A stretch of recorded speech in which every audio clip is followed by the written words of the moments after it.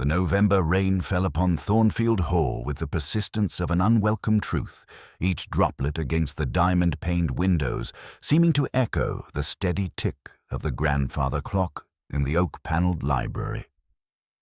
It was precisely 48 hours since the funeral of Sir Edmund Blackwood, and the atmosphere within the Grand Yorkshire estate hung as heavy as the storm clouds that had gathered over the moors.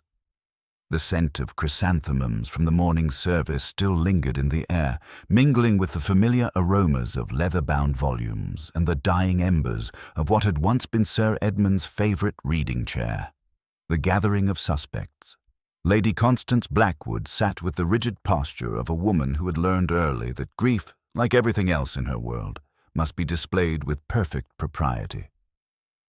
At 52, she possessed the kind of beauty that spoke of careful preservation rather than natural grace. Her silver hair arranged in an immaculate chignon, her black mourning dress cut from the finest silk. Her pale blue eyes, rimmed with just the appropriate degree of sorrow, surveyed the assembled company with the calculating gaze of someone who had spent 30 years navigating the treacherous waters of high society. Across from her lounged her stepson, Michael Blackwood, a man of 35 whose casual elegance seemed deliberately calculated to suggest that death, like everything else, was merely another inconvenience to be endured with style. His dark hair was perfectly groomed, despite his apparent carelessness, and his green eyes held that particular brand of charm that made mothers warn their daughters and creditors check their ledgers twice. He had inherited his father's strong jaw and commanding presence, but where Sir Edmund had possessed gravitas, Michael radiated the restless energy of a man perpetually seeking the next entertainment. Near the tall windows stood Dr. Margaret Blackwood, Michael's younger sister by 3 years. She had chosen to remain standing, perhaps from professional habit, perhaps from an inability to sit still in the presence of so much barely concealed tension. Her resemblance to her brother was unmistakable, but where his features suggested dissolution, hers spoke of discipline and purpose. She wore her grief like a well-tailored coat, visible but not ostentatious, appropriate but never overwhelming.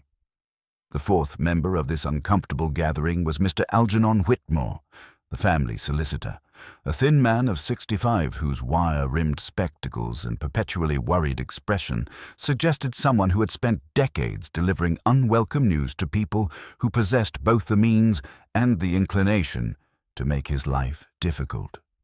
He clutched a leather portfolio against his chest as though it contained state secrets rather than the mundane details of inheritance and taxation. The posthumous revelation. The silence stretched between them like a taut wire, broken only by the steady percussion of rain and the occasional crackle from the dying fire.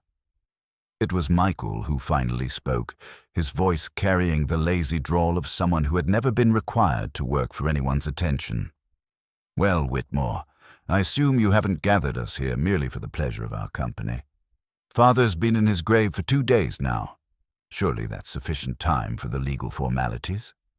Lady Constance's lips compressed into a thin line of disapproval. "Michael, please, your father deserves more respect than your casual impatience." "My father," Michael replied without looking at his stepmother, "deserves to have his affairs settled without unnecessary drama. He was always efficient in life. I see no reason why death should alter that particular virtue." Dr. Blackwood moved away from the window, her footsteps muffled by the Persian carpet. "Perhaps we might allow Mr. Whitmore to explain why he's requested this meeting. I have patients expecting me this afternoon."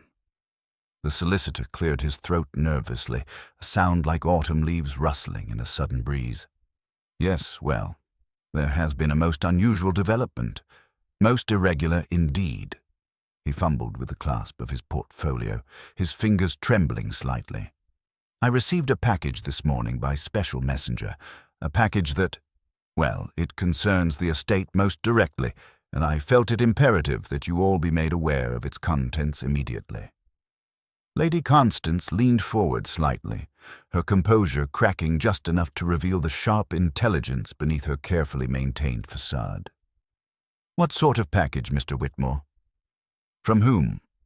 That, madam, is precisely what makes this matter so extraordinary.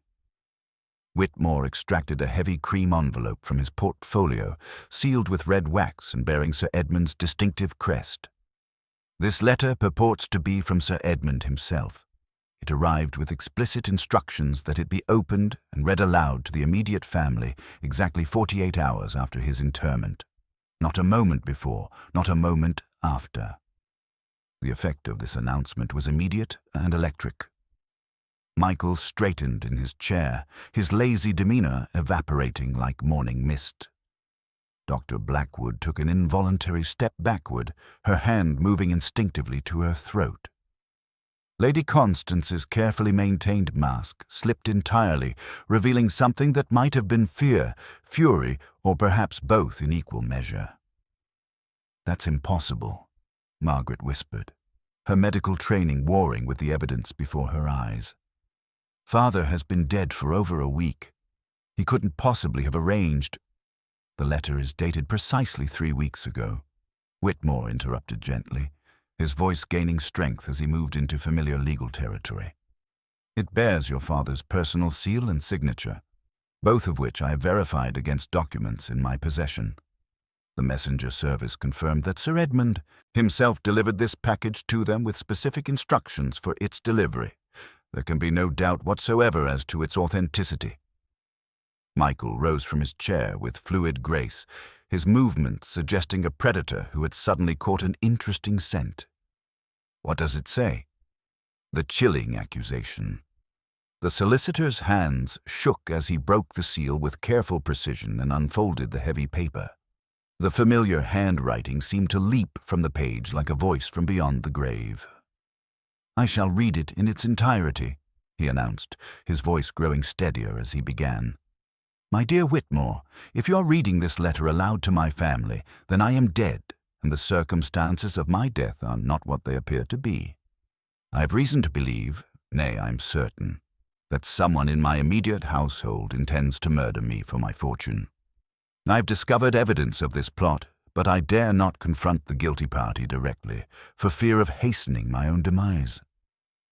The silence that followed these words was profound and terrible, pressing against the windows like a living thing and making the very air difficult to breathe. Whitmore continued, his voice now barely above a whisper. "I have taken certain precautions to ensure that justice will be served, even if I cannot prevent my own death. You will find, enclosed with this letter, the name and address of a detective whom you must contact immediately upon reading this. Tell him that Edmund Blackwood requires his little grey cells, and that time is of the essence. The murderer believes they have succeeded perfectly and will soon make a fatal error in their confidence. They are about to discover how very wrong they are." Lady Constance had gone completely white, her carefully applied rouge standing out like wounds against her pale skin. Michael stood frozen in the center of the room, his charm and confidence stripped away to reveal something raw and dangerous beneath. Margaret had sunk into the nearest chair, her professional composure crumbling as she stared at the letter in Whitmore's trembling hands.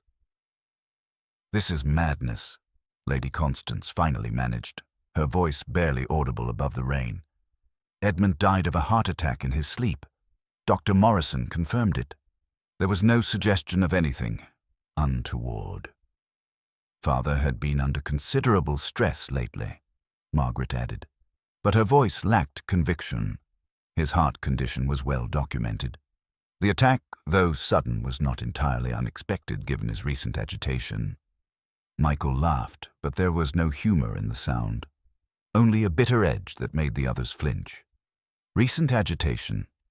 Yes, I suppose discovering certain irregularities in one's household might cause a degree of stress." The accusation hung in the air like smoke from a discharged pistol.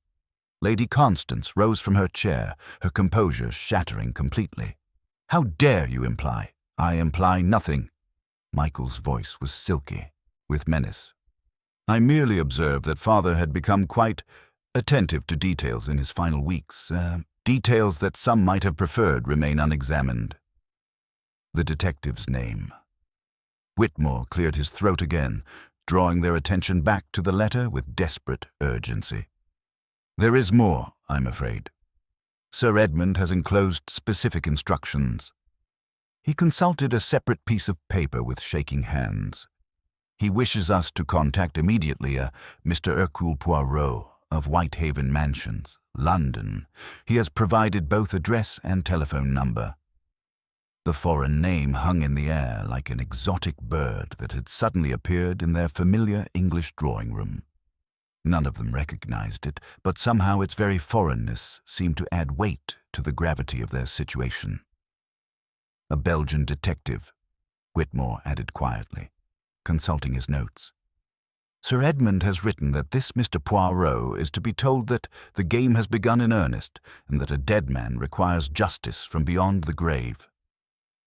Lady Constance pressed her hands to her temples, her voice breaking slightly. "This is a nightmare. Edmund is reaching out from his tomb to destroy us all." "Only," Michael observed with a return of his earlier casual tone, though his eyes remained hard and watchful, "if one of us actually killed him." Dr. Blackwood stood abruptly, her medical training reasserting itself in the face of crisis. "We need to think clearly about this situation. If Father truly suspected foul play, then we must consider the possibility that his death was not natural. But we also must consider that his suspicions might have been unfounded, the product of illness, medication, or simple paranoia." "Sir Edmund was many things," Whitmore said quietly, his professional loyalty overriding his obvious distress. "But he was neither ill nor paranoid. His mind was as sharp as ever when he visited my office 3 weeks ago to arrange for this letter's delivery. He seemed troubled, yes, but entirely lucid and methodical in his preparations." The implications of this statement settled over the room like a shroud. If Sir Edmund had been lucid, if his suspicions had been well-founded, then one of the 3 people in this room was a murderer who had believed themselves safe from discovery. And now, through the dead man's careful planning, that safety was about to be stripped away by a foreign detective with an unusual name and, presumably, an even more unusual method of investigation. Outside, the rain continued its relentless assault on the windows of Thornfield Hall, and somewhere in London, a Belgian detective was about to receive the most intriguing case of his distinguished career. The game, as Sir Edmund had written, was indeed about to begin in earnest. The telephone call reached Hercule Poirot at precisely 4:15 on that grey November afternoon, as he sat in his immaculate flat, arranging his correspondence with the methodical precision that governed every aspect of his existence. George, his manservant, announced the caller with characteristic discretion, though the urgency in Mr. Whitmore's trembling voice penetrated even the solicitor's professional composure. "Hercule Poirot, speaking. I understand a dead gentleman requires my services." The phrase intrigued him considerably. Whitmore's explanation unfolded with legal precision, yet beneath the formal language, Poirot detected genuine distress. A posthumous accusation, a carefully orchestrated revelation from beyond the grave. It spoke of a methodical mind, one that had anticipated its own destruction and prepared accordingly. Such foresight suggested either remarkable prescience or intimate knowledge of the threat. "You comprehend, Monsieur Whitmore, that we are dealing with a murderer of considerable cunning, someone who believes themselves entirely safe from discovery." Poirot's green eyes gleamed with interest. "I shall depart immediately. Please ensure that nothing in Sir Edmund's private quarters is disturbed until my arrival." The journey north provided ample opportunity for reflection. As the train cut through the darkening Yorkshire countryside, Poirot considered the psychological implications. A successful murderer, believing their crime perfectly concealed, would be feeling supremely confident. The arrival of a detective would therefore produce revealing reactions, either genuine surprise from the innocent or carefully controlled anxiety from the guilty party maintaining their facade. Thornfield Hall emerged from the mist like a brooding sentinel, its Georgian symmetry speaking of established wealth and social order. Such houses, Poirot had learned, often concealed the most passionate of human dramas behind their perfectly proportioned facades. The stern-faced butler who admitted him moved with the gravity of one perpetually disappointed by the world's failures to meet proper standards. Lady Constance Blackwood received him in the library, where the family had endured their morning revelation. She presented herself with practiced grace, yet Poirot's experienced eye detected signs of genuine distress beneath her composed exterior. Her hands trembled almost imperceptibly as she poured tea, and her conversation possessed the careful quality of someone choosing each word with deliberate precision. "Mr. Poirot, we are grateful for your prompt response to our unusual circumstances. My husband's suggestion that his death might have been unnatural seems almost impossible to credit." Her choice of words was interesting. Impossible to credit, rather than impossible to believe. A mind that dealt in legal niceties rather than emotional certainties. Michael Blackwood entered with studied casualness, his charm weaponized behind a sardonic smile. The famous Hercule Poirot. Father certainly had a flair for the dramatic, even in death. He leaned against the mantelpiece with practiced elegance, yet Poirot noted the restless energy beneath. Fingers that habitually worried a silver cigarette case, eyes that never quite settled. A man accustomed to performance, but perhaps struggling with his current role. Dr. Margaret Blackwood approached with professional directness that Poirot found refreshing. "While I share reservations about this investigation, I'm also a woman of science. If there is doubt regarding my father's death, it must be examined thoroughly." Her gaze was steady, intelligent, yet beneath the professional veneer lay deep-seated weariness. Poirot observed a faint smudge of ink on her right index finger, evidence of recent writing, perhaps hurried notes or prescriptions. "Mesdames, Monsieur," Poirot began, placing his hat and cane with precise alignment on a side table. "I understand your reservations. However, I do not come to accuse, but to understand. My methods seek not merely facts, but the truth that lies beneath them, often hidden in the smallest discrepancies of human behavior." He moved through the room with unhurried purpose, his observant gaze cataloguing details others might overlook. A smear of ash near the fender, a cushion subtly displaced, chrysanthemums already browning at the edges. Each detail was filed away in his methodical mind, pieces of a puzzle whose pattern had yet to emerge. "I shall require to speak with each of you individually," he continued, "and to examine Sir Edmund's private quarters. But first, I must ask, who discovered the body, and at what precise time?" The question hung in the air like incense, heavy with implication. Lady Constance's composure flickered momentarily before reasserting itself. "I did. At 7:30 precisely. He appeared to have died peacefully in his sleep." "Appeared," Poirot repeated softly, savoring the word. "Appearances, madame, can be most deceiving, particularly when someone has taken great care to arrange them." The game had indeed begun in earnest, and Hercule Poirot's little grey cells were already beginning their methodical work. Sir Edmund's study revealed the methodical mind of a man who valued precision above all else. Poirot moved through the oak-panelled room with deliberate care, his trained eye cataloguing details that others might dismiss as inconsequential. The leather-bound ledgers stood in perfect chronological order, yet one volume, the most recent, protruded slightly from its neighbors, suggesting hasty replacement after examination. The desk blotter bore the ghostly impressions of hurried correspondence, and when Poirot angled it toward the window light, fragments of words emerged. Whitmore, codicil, and most intriguingly, before it's too late. A small brass key lay conspicuously atop the desk, rather than secured in Sir Edmund's waistcoat pocket, where the butler insisted it habitually resided. The center drawer, when examined, showed fresh scratches along its interior, evidence of someone searching with urgent desperation. In the adjoining bedroom, Poirot's attention fixed upon seemingly trivial details that spoke volumes to his experienced mind. The water carafe stood full beside an unused crystal glass, its surface bearing no trace of recent contact with liquid. Most curious of all, the pillow showed loose threads along its far edge, as though gripped firmly from the opposite side of the bed, an impossibility if Sir Edmund had died peacefully in his sleep.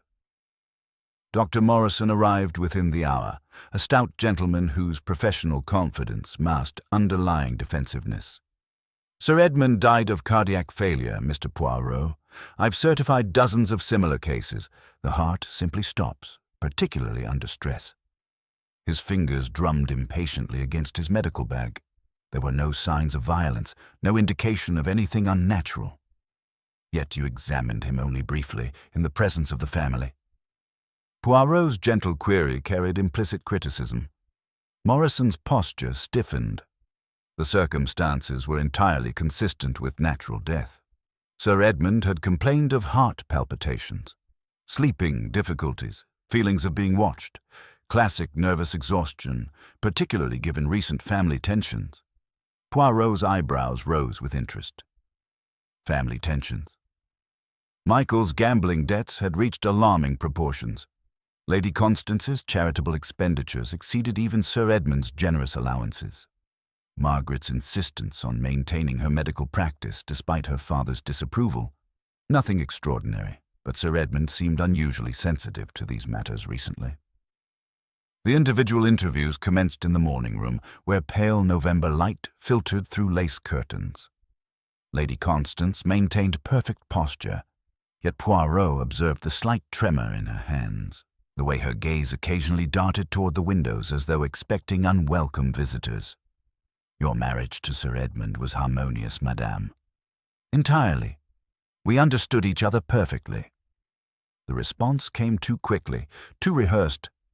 Edmund appreciated order, proper behavior. He was demanding but fair. Yet his letter suggests he suspected someone in his immediate household of murderous intent. Lady Constance's composure cracked momentarily, revealing something raw beneath her cultivated exterior. Edmund had become increasingly paranoid, seeing conspiracies where none existed. He accused me of stealing from his accounts to fund my charitable work, ridiculous accusations that caused considerable pain.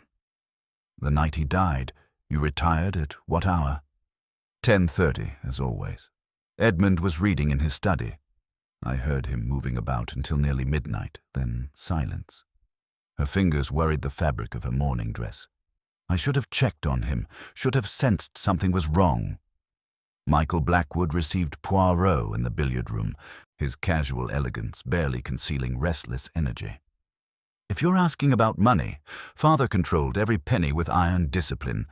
We had our disagreements. He was traditional, I perhaps less so, but nothing suggesting murder." "Your whereabouts that evening?" "The Hare and Crown until 12:30. Cards, whiskey, the usual diversions." His fingers toyed nervously with a silver cigarette case. Father had become secretive recently, locking himself away for hours, making cryptic remarks about unmasking serpents and gathering evidence. Dr. Margaret Blackwood proved more forthcoming, her medical training compelling honesty despite obvious discomfort. Father's enlarged heart made sudden cardiac failure entirely plausible. However, his recent agitation was unusual. He spoke of betrayals, hinted at discovering something significant.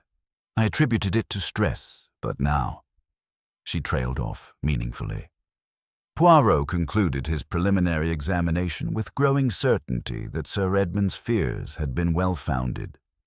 The physical evidence suggested careful staging, while the psychological profiles revealed multiple compelling motives.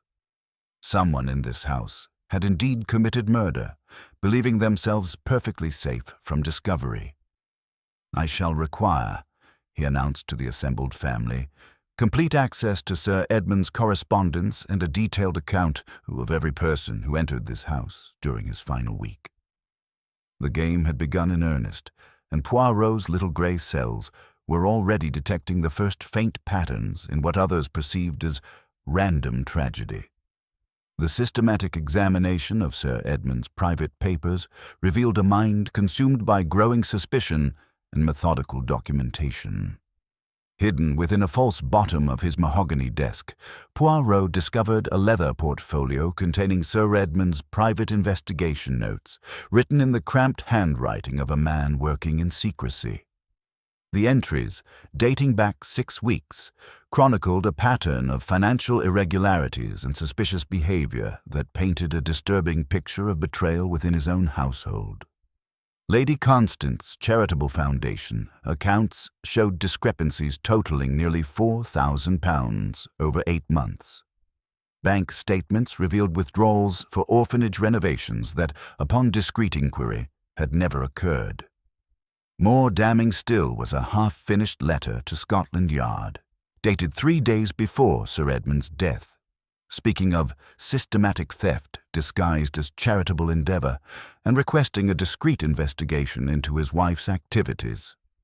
Michael's gambling debts proved far more extensive than previously acknowledged. Sir Edmund's notes documented losses approaching £20,000 to increasingly dangerous creditors, including several threatening letters demanding immediate payment. A telegram from a London bookmaker, dated the day before Sir Edmund's death, warned that patience has expired and collection methods would become more direct. The household staff, when questioned individually away from family oversight, provided crucial observations. Mrs. Pemberton, the cook, had noticed Lady Constance burning papers in the kitchen fireplace on the morning following Sir Edmund's death. Highly unusual behavior for a woman who typically left such tasks to servants. Jenny, the parlour maid, recalled finding Sir Edmund's study door unlocked that morning, though he habitually secured it each evening. Most significantly, Thomas the footman had observed Dr. Margaret entering her father's study at approximately 11:15 on the night of his death, remaining for nearly 30 minutes before departing with obvious haste. When questioned, Margaret had claimed to have retired immediately after dinner and remained in her room throughout the evening, a direct contradiction that sent Poirot's little grey cells working with renewed intensity. The medicine cabinet in Sir Edmund's bathroom yielded another crucial discrepancy. The digitalin prescribed for his heart condition remained nearly full, despite Dr. Morrison's assertion that Sir Edmund had been taking regular doses. More intriguingly, traces of powder residue in a small glass suggested recent preparation of medication, though no such evidence appeared in the prescribed bottles. A discreet visit to the local chemist, Mr. Hartwell, provided additional pieces to the puzzle. Dr. Margaret had purchased chloral hydrate 3 weeks prior, claiming it was for a patient suffering severe insomnia. However, Hartwell's records showed she had never previously purchased such medication, and her usual prescription suggested a practice focused on routine ailments rather than complex nervous disorders. When confronted with these discoveries individually, each family member's carefully constructed facade began showing significant strain. Lady Constance's explanation for the burned papers, merely old correspondence of sentimental value, rang hollow when fragments of bank statements were recovered from the ash. Her usually impeccable composure cracked visibly, and she began taking long, solitary walks in the garden, often staring blankly into the distance as though wrestling with unbearable thoughts. Michael's alibi at the Hare and Crown proved equally fragile upon investigation. While he had indeed been present that evening, the publican recalled his departure as closer to 11 o'clock rather than the claimed 12:30, allowing ample time for return to Thornfield Hall before his father's estimated time of death.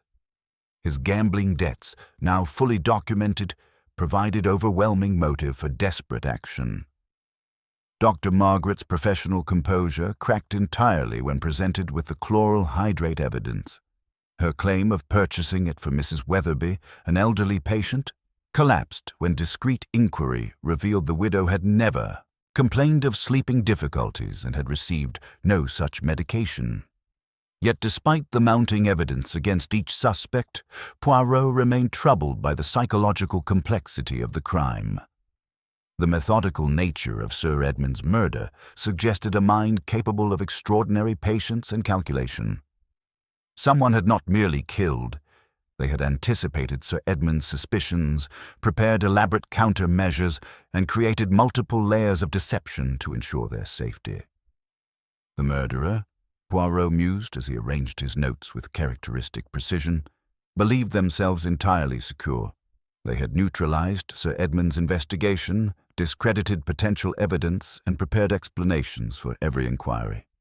Such confidence suggests either remarkable arrogance or intimate knowledge of their victim's methods. The little grey cells were detecting patterns within patterns, lies beneath carefully constructed lies. The truth was emerging like a photograph developing in chemical solution, its final form tantalizingly close, yet still obscured by shadows of deception.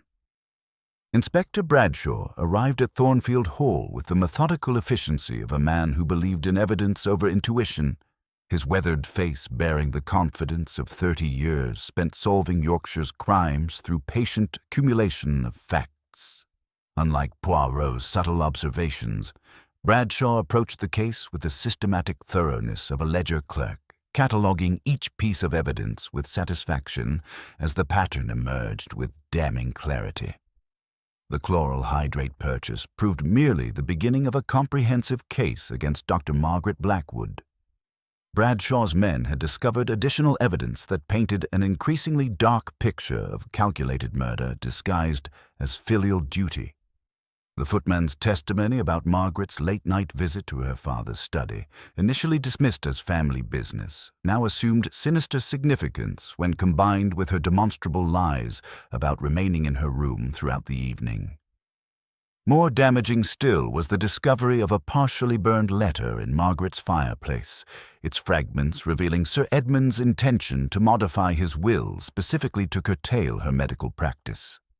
The reconstructed phrases spoke of conditions pertaining to professional conduct and annuity subject to abandonment of unsuitable pursuits. For a woman who had dedicated her life to medicine despite social disapproval, such restrictions would have represented professional death. The household staff, when questioned more thoroughly, provided additional pieces to the puzzle. Mrs. Pemberton recalled Margaret's insistence on preparing her father's evening milk personally, claiming concern for his recent agitation. The cook had found this unusual, as Margaret typically showed little interest in domestic arrangements, preferring to leave such matters to the servants, while she attended to her medical responsibilities. Lady Constance received Bradshaw's findings with visible relief, though she maintained appropriate sorrow for the family tragedy. Margaret was always headstrong about her medical career, she murmured, her voice carrying the weight of reluctant acceptance. Edmund's disapproval had grown increasingly pronounced recently. I feared it might lead to unpleasantness, but never imagined. She left the sentence unfinished, her implication clear. Michael's reaction proved equally telling.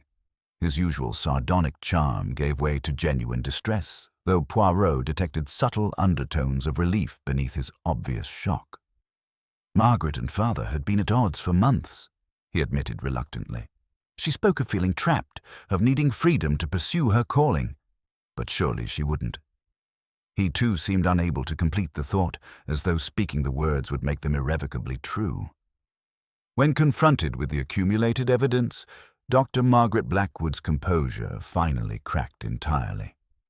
Her professional mask slipped away, revealing a woman caught between desperate honesty and equally desperate self-preservation. "I did go to Father's study that night," she confessed, tears streaming down her face. "He had summoned me, was ranting about betrayals and conspiracies. I gave him a mild sedative to calm his nerves. Nothing more than standard anxiolytic treatment. I lied because I didn't want to admit seeing him in such a disturbed state." Her explanation for the chloral hydrate purchase remained convoluted and unconvincing. A story of a patient who had mysteriously recovered before treatment could be administered, leaving her with unused medication. Even to her own ears, the explanation sounded hollow, the desperate improvisation of someone caught in circumstances beyond their control. Inspector Bradshaw nodded with grim satisfaction as he prepared the necessary paperwork for formal charges. The case presented itself with textbook clarity. Motive, means, opportunity, and a pattern of deception that spoke to guilty knowledge. Sometimes, he observed to Poirot with professional pride, the obvious solution is simply the correct one. No need for foreign complications when English evidence speaks plainly. Yet Hercule Poirot remained troublingly unconvinced, his green eyes studying the assembled family with the intensity of a jeweler examining a suspect stone. "Non, Inspector," he said quietly, his voice cutting through the atmosphere of resigned acceptance. "This explanation, it is too convenient, too perfectly arranged, like a stage play where every actor knows precisely their role." Bradshaw frowned, his confidence wavering slightly. "The evidence is overwhelming, Mr. Poirot. What more could you require?" "I require," Poirot replied with gentle firmness, "the psychological truth that lies beneath the physical evidence. Sir Edmund's letter spoke of a murderer who believed they had succeeded perfectly, who would make a fatal error in their confidence. Mademoiselle Margaret's actions speak not of perfect confidence, but of panic, of clumsy improvisation. This is not the work of the calculating serpent Sir Edmund sought to expose." He moved through the room with characteristic precision, his observant gaze taking in details others had missed. "The true murderer remains among us, Inspector, watching our investigation with satisfaction as we accept this convenient solution. They believe themselves safe, their perfect crime undetected.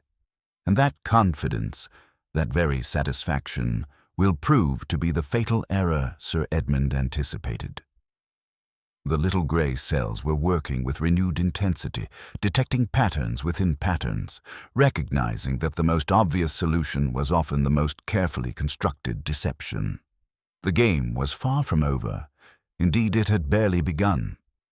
Inspector Bradshaw departed Thornfield Hall with the satisfied bearing of a man whose methodical approach had yielded results, leaving behind an atmosphere of false resolution that hung in the air like incense after a funeral service. Yet Hercule Poirot remained, his green eyes observing the subtle transformations in the family's demeanor with the intensity of a naturalist studying specimens under glass.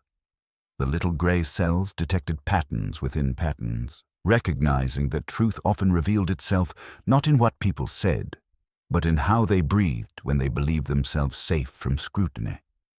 Lady Constance had undergone the most remarkable metamorphosis. The tremor that had plagued her hands throughout the investigation had vanished entirely, replaced by steady confidence as she arranged correspondence with practiced efficiency. Her conversation flowed with renewed authority, touching upon estate matters and financial arrangements with knowledge that seemed remarkably comprehensive for someone who had previously claimed complete ignorance of business affairs. "Poor Margaret," she murmured with carefully modulated sorrow. "I always feared her obsession with that medical work would lead to tragedy." Edmund had grown quite firm in his opposition. He spoke of taking drastic measures to preserve family dignity. Her choice of words was revealing, drastic measures rather than reasonable restrictions, suggesting intimate knowledge of Sir Edmund's specific intentions regarding the codicil. Michael's transformation proved equally telling. His nervous energy had dissipated like morning mist, replaced by languid satisfaction that spoke of burdens lifted and threats neutralized. When questioned about his gambling debts, his response carried the confidence of a man whose financial troubles had been mysteriously resolved. "Amazing how quickly creditors become reasonable when they realize payment is forthcoming," he observed with casual certainty, offering no explanation for this sudden solvency. Yet it was Poirot's interview with the confined Dr. Margaret that provided the most illuminating contrast. Her professional composure had crumbled entirely, revealing raw emotional honesty that rang with authenticity rather than calculated performance. "I've dedicated my life to healing, Mr. Poirot. The idea that I could harm anyone, especially my father." Her tears carried the weight of genuine grief.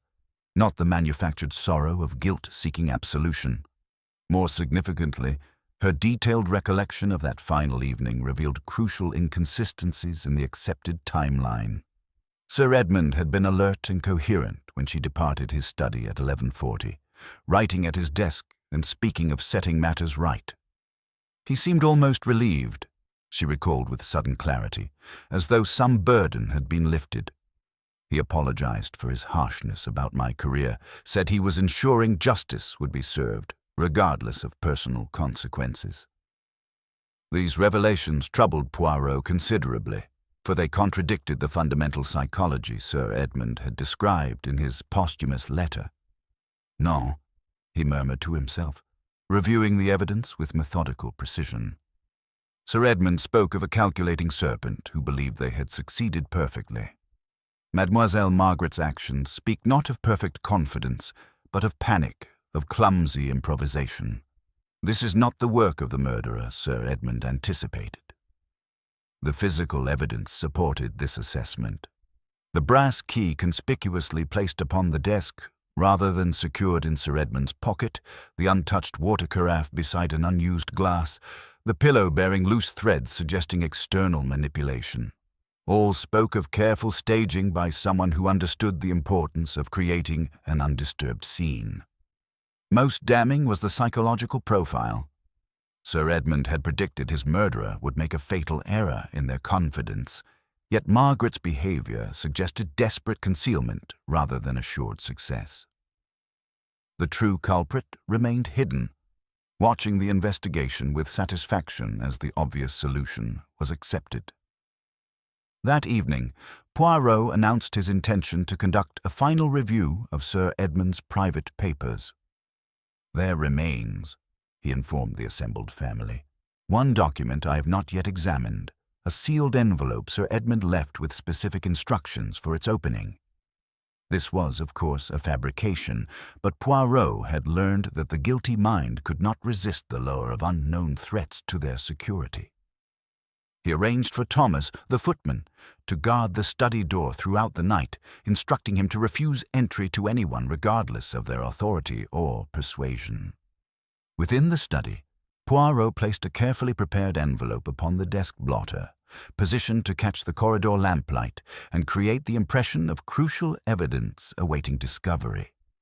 Then he settled into the shadowed alcove at the corridor's end, where a strategically angled mirror provided a clear view of the study entrance. The grandfather clock tolled midnight, and Thornfield Hall settled into the deceptive quiet of a house harboring deadly secrets. Somewhere in the darkness, a murderer who believed themselves perfectly safe was about to discover how very wrong they were. The psychological game had begun in earnest, and Poirot's patient trap awaited its inevitable victim. The grandfather clock struck 2:30 as Hercule Poirot maintained his vigil in the shadowed alcove, his keen eyes fixed upon the study door where Thomas sat with military precision. The young footman had proven admirably steadfast, refusing entry to 3 separate nocturnal visitors with polite but immovable determination. Michael's attempted bribery had failed. Lady Constance's imperious authority had been respectfully deflected, and Margaret's desperate pleading had met with sympathetic but firm refusal. Yet Poirot's little grey cells detected something amiss in the very success of his stratagem. A truly guilty party, he reasoned, would not accept such obvious defeat. The psychological profile Sir Edmund had described, a calculating serpent who believed in their perfect crime, would possess sufficient cunning to circumvent rather than confront such obstacles. His patience was rewarded at precisely 3:15 when the faintest metallic click echoed through the panelled walls.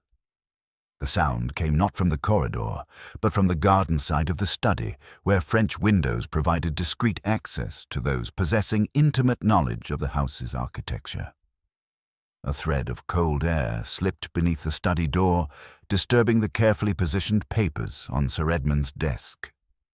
Through the keyhole, Poirot observed a hooded beam of light moving with practiced efficiency across the room's interior. The intruder proceeded directly to the fabricated envelope, betraying prior knowledge of its existence and significance. This was no random search, but a targeted mission conducted by someone who had anticipated precisely this threat to their security. When the light disappeared and silence returned, Poirot waited exactly 10 minutes before dismissing Thomas and entering the study. The envelope lay opened upon the desk, its blank contents scattered, but more significantly, a hidden compartment in Sir Edmund's desk stood ajar, a compartment whose existence even Poirot had not suspected. "Lady Constance," he announced quietly to the seemingly empty room, "I believe you have forgotten something." She emerged from behind the heavy curtains with the dignity of someone who had exhausted all pretense. Her silver hair hung loose about her shoulders, and her hands clutched a bundle of documents against her chest like a shield. The transformation from grieving widow to cornered criminal was complete, revealing the calculating intelligence that had orchestrated Sir Edmund's murder with such methodical precision. "Those papers," Poirot continued with gentle certainty, "contain evidence of systematic embezzlement spanning several years. Financial records showing the diversion of charitable funds into private accounts, correspondence with fictitious relief organizations, bank statements revealing the true scope of your deception." Lady Constance's composure cracked entirely as the weight of exposure settled upon her. "Edmund discovered everything 3 weeks ago," she whispered, her voice carrying the desperation of someone whose carefully constructed world was collapsing. 20 years of marriage, of playing the perfect wife to his insufferable demands, and he would have destroyed me without hesitation. The confession emerged with inevitable force. Sir Edmund had confronted her on that final evening, threatening public disgrace and criminal prosecution. Their argument had been violent, filled with accusations of betrayal and promises of justice. In desperation, she had added chloral hydrate to his evening milk, just enough to ensure deep sleep without suggesting poisoning. "I waited until the house was quiet before returning to his room," she continued, her voice gaining strength as the burden of secrecy lifted. "The pillow was quick, efficient. He never woke, never struggled. Then I arranged everything to appear natural. The brass key placed conspicuously, the water carafe left untouched, even the timing calculated to coincide with Margaret's visit. The psychological complexity of the crime became clear as she described her methodical preparation. Every detail had been orchestrated to create the perfect murder, one that would appear entirely natural while providing an alternative suspect should suspicion arise. Margaret's professional access to sedatives and her conflicts with Sir Edmund made her an ideal scapegoat. "You underestimated," Poirot observed quietly, "your husband's final precaution. His posthumous letter was designed specifically to expose a murderer who believed themselves perfectly safe from discovery." Lady Constance laughed bitterly, the sound echoing through the study like breaking glass. "I thought I had won. Even when you arrived, I believed the evidence against Margaret was overwhelming. But Edmund knew me too well. He anticipated my confidence would be my downfall." The little grey cells had indeed detected the fatal error Sir Edmund had predicted, and the serpent's perfect crime lay exposed in all its calculated malevolence. The cold dawn light filtering through the study windows found Lady Constance Blackwood stripped of all pretense, her silver hair dishevelled and her hands trembling as she clutched the scattered documents that chronicled years of methodical deception. Hercule Poirot observed her transformation with professional interest, recognizing the psychological relief that accompanied the collapse of carefully maintained facades. The little grey cells had detected the fatal flaw Sir Edmund had predicted, the murderer's confidence in their perfect crime. £23,000 over 4 years, she began, her voice carrying the hollow resonance of someone whose world had crumbled beyond repair. "Not stolen for personal luxury, Monsieur Poirot, but for survival in a society that offers women of my generation precious few alternatives to dependence upon male benevolence."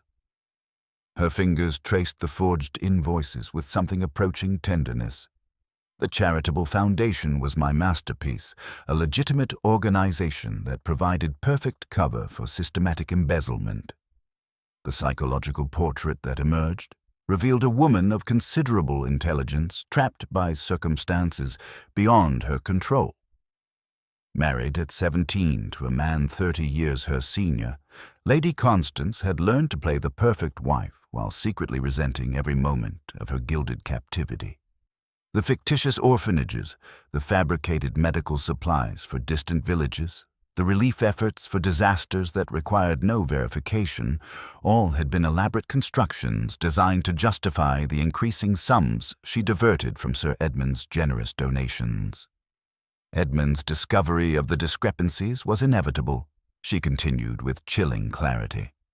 His methodical nature made him the perfect victim for such deception, but also ensured eventual exposure. When he confronted me that final evening, threatening public disgrace and criminal prosecution, I realized my carefully constructed world was collapsing. The murder itself had been executed with clinical precision born of desperate necessity. The chloral hydrate, carefully measured to induce deep sleep without obvious symptoms, had been administered in his evening milk. I waited until the house was quiet before returning to his room, she confessed, her voice gaining strength as the burden of secrecy lifted. The pillow was quick, efficient. He never struggled, never woke. Then I arranged everything to appear natural. The brass key placed conspicuously, the water carafe left untouched, even the timing calculated to coincide with Margaret's visit. Poirot nodded gravely, understanding the psychological complexity that had driven her actions. You understood that the perfect crime must appear entirely natural, while providing an escape route should suspicion arise. Mademoiselle Margaret served as your insurance policy, a credible alternative suspect whose guilt could be established through carefully planted evidence. Lady Constance's manipulation of her stepdaughter revealed the true depth of her calculating nature. She had deliberately encouraged Margaret's medical ambitions, knowing Sir Edmund would eventually oppose them, creating the necessary conflict to provide both motive and opportunity. The late-night visits to his study, the access to sedatives, the obvious distress at his disapproval, all had served her purposes perfectly. I thought I had succeeded completely, she admitted with bitter satisfaction. Even when you arrived, I believed Margaret's obvious guilt would satisfy everyone's need for justice, but Edmund knew me too well. His posthumous letter was designed specifically to expose someone who believed themselves entirely safe from discovery. The sound of approaching carriage wheels announced Inspector Bradshaw's return, summoned by Poirot's discreet telephone call. Lady Constance straightened her shoulders with the dignity of someone preparing to face inevitable consequences, her transformation from grieving widow to exposed criminal now complete. As the inspector entered with grim efficiency, Poirot reflected upon the psychological truths that physical evidence alone could never reveal. Sir Edmund's final gambit had succeeded brilliantly, using the murderer's own confidence as the weapon of their destruction. The serpent's perfect crime lay exposed in all its calculated malevolence. Justice served from beyond the grave through the patient application of understanding human nature's darkest complexities. The little grey cells had once again triumphed over deception, revealing that the most dangerous criminals were often those who appeared most respectable, most trustworthy, most perfectly integrated into society's fabric. Inspector Bradshaw returned to Thornfield Hall with the methodical efficiency that had served him throughout 30 years of Yorkshire policing, accompanied by Sergeant Mills and the necessary legal documents. Lady Constance received news of her impending arrest with remarkable composure, requesting only sufficient time to arrange her personal affairs and compose letters to distant relatives who would learn of the family's disgrace through newspaper accounts rather than personal correspondence. Her detailed confession, delivered with the precision of someone unburdening themselves of long-carried secrets, revealed the full scope of her methodical deception. The embezzlement scheme had evolved over 4 years from modest diversions to systematic theft totaling £23,000. Each fictitious orphanage, each fabricated medical supply purchase for distant villages, each relief effort for unverifiable disasters had been calculated to justify increasingly substantial withdrawals from Sir Edmund's generous charitable donations. "I created an entire world of fictional beneficiaries," she explained with chilling clarity, her hand steady as she signed the formal statement. "Villages that existed only in my correspondence, children whose photographs I purchased from commercial studios, medical emergencies that required immediate funding without time for verification. Edmund's methodical nature made him the perfect victim. He trusted systematic documentation over personal investigation." The psychological complexity of her crime became increasingly apparent as she described the gradual transformation from desperate wife to calculating murderer. Her marriage to Sir Edmund had been a gilded cage, offering material comfort in exchange for complete submission to his controlling nature. The charitable work had represented her only avenue to independence, and when he threatened to expose her embezzlement, she saw murder as her sole remaining option. Michael's reaction to his stepmother's confession revealed layers of guilt and relief in equal measure. His gambling debts, now fully documented, had provided additional motivation for Lady Constance's desperate actions. Yet he struggled with the knowledge that his irresponsibility had contributed to his father's death. "She used our family tensions as camouflage," he observed with bitter accuracy, his usual sardonic charm replaced by genuine remorse. Dr. Margaret's response proved even more complex, combining professional outrage with personal anguish.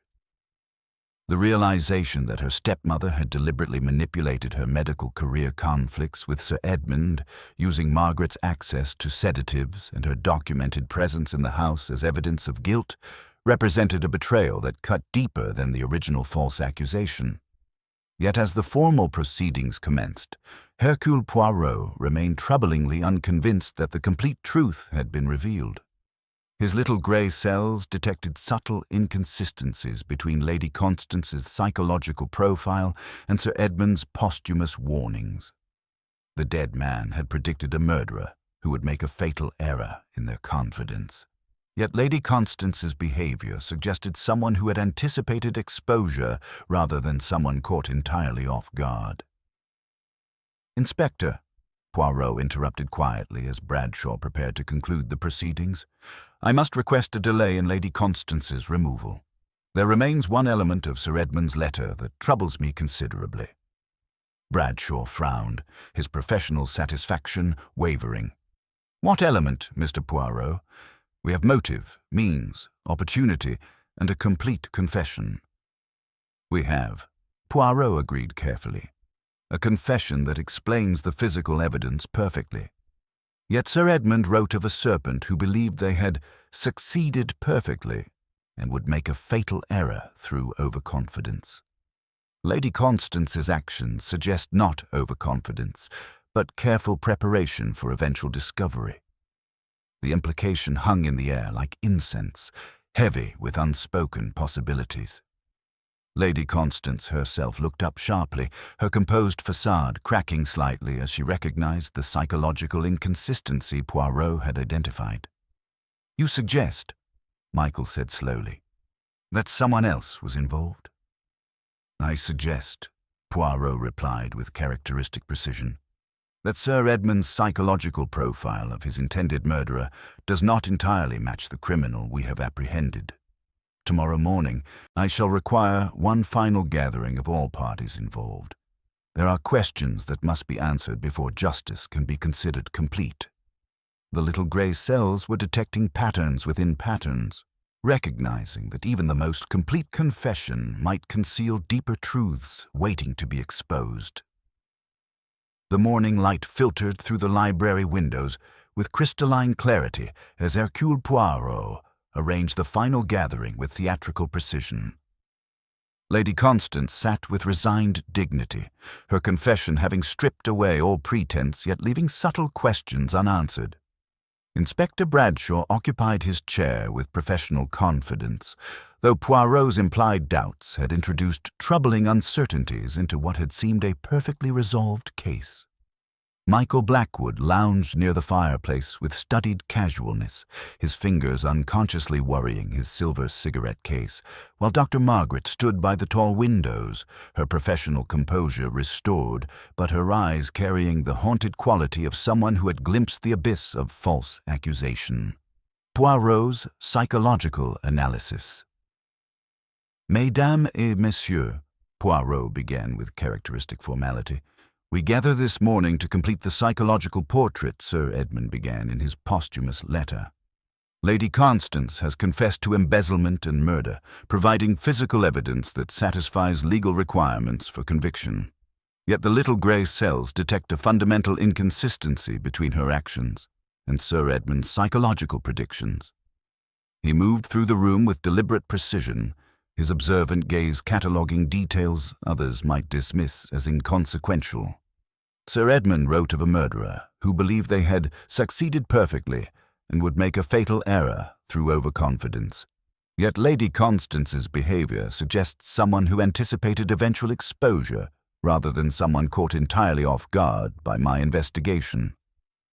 Lady Constance herself looked up sharply, her composed facade cracking slightly as she recognized the psychological inconsistency Poirot had identified. Are you suggesting my confession is false, Monsieur Poirot? Non, madame. Your confession is entirely accurate regarding both the embezzlement and the physical act of murder. However, I believe Sir Edmund's letter was designed to expose not one criminal, but two, yourself as the desperate executor, and another as the calculating mastermind who orchestrated the entire scheme. The revelation of collaboration. The silence that followed was profound and electric, pressing against the windows like a living thing. Michael straightened involuntarily, his casual demeanor evaporating like morning mist, though he attempted to maintain his sardonic mask. Consider, Poirot continued with inexorable logic, the psychological complexity required for such a crime. Someone needed to discover Lady Constance's embezzlement before Sir Edmund, recognize its potential as perfect camouflage for murder, and manipulate circumstances to ensure the desperate woman would act while providing him with unshakable alibi and misdirection. He paused dramatically, allowing the implications to settle over the assembled company like a shroud. This required intimate knowledge of family finances, understanding of Lady Constance's psychology, and access to information that would make murder seem the only viable solution to her predicament. Inspector Bradshaw leaned forward, his professional instincts engaged despite his confusion.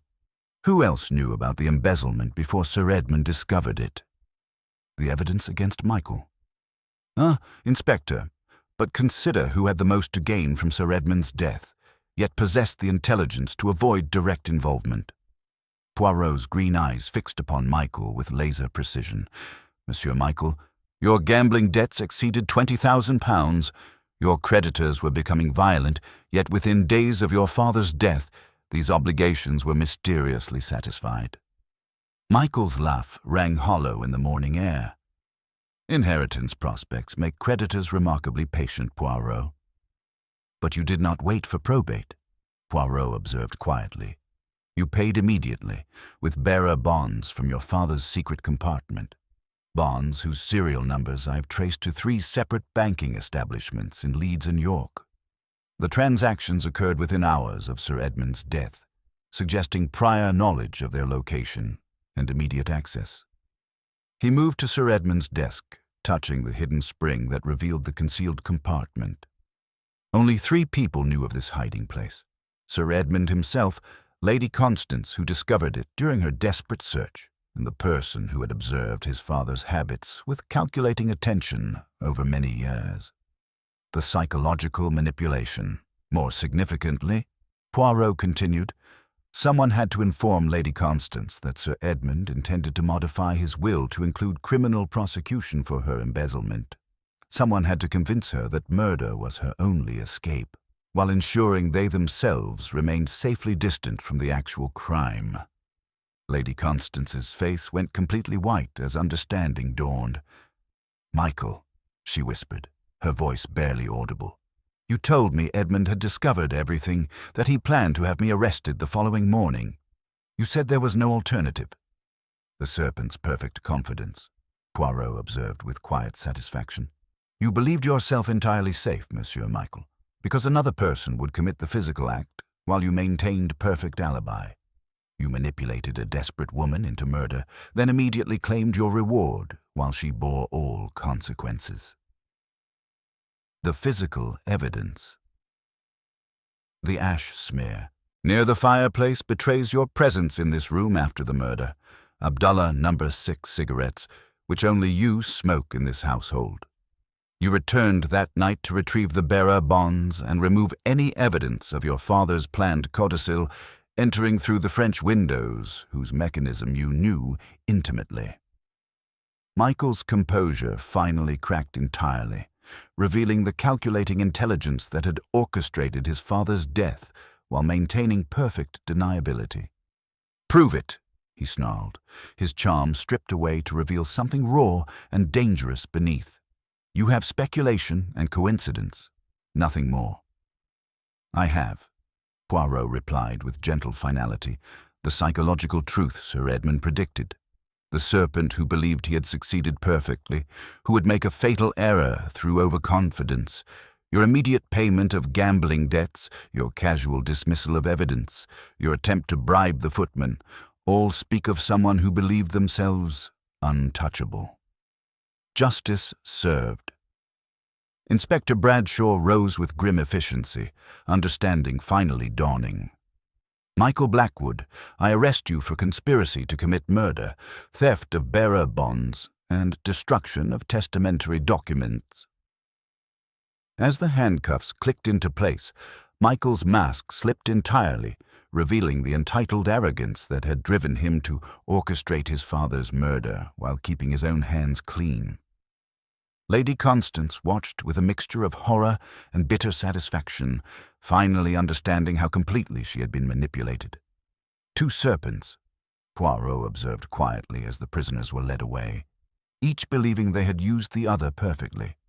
Sir Edmund's posthumous justice has been served, though perhaps not in the manner any of us anticipated. The little grey cells had once again triumphed over deception, revealing that the most dangerous criminals were often those who appeared most charming, most trustworthy, most perfectly integrated into the very fabric of the families they destroyed from within.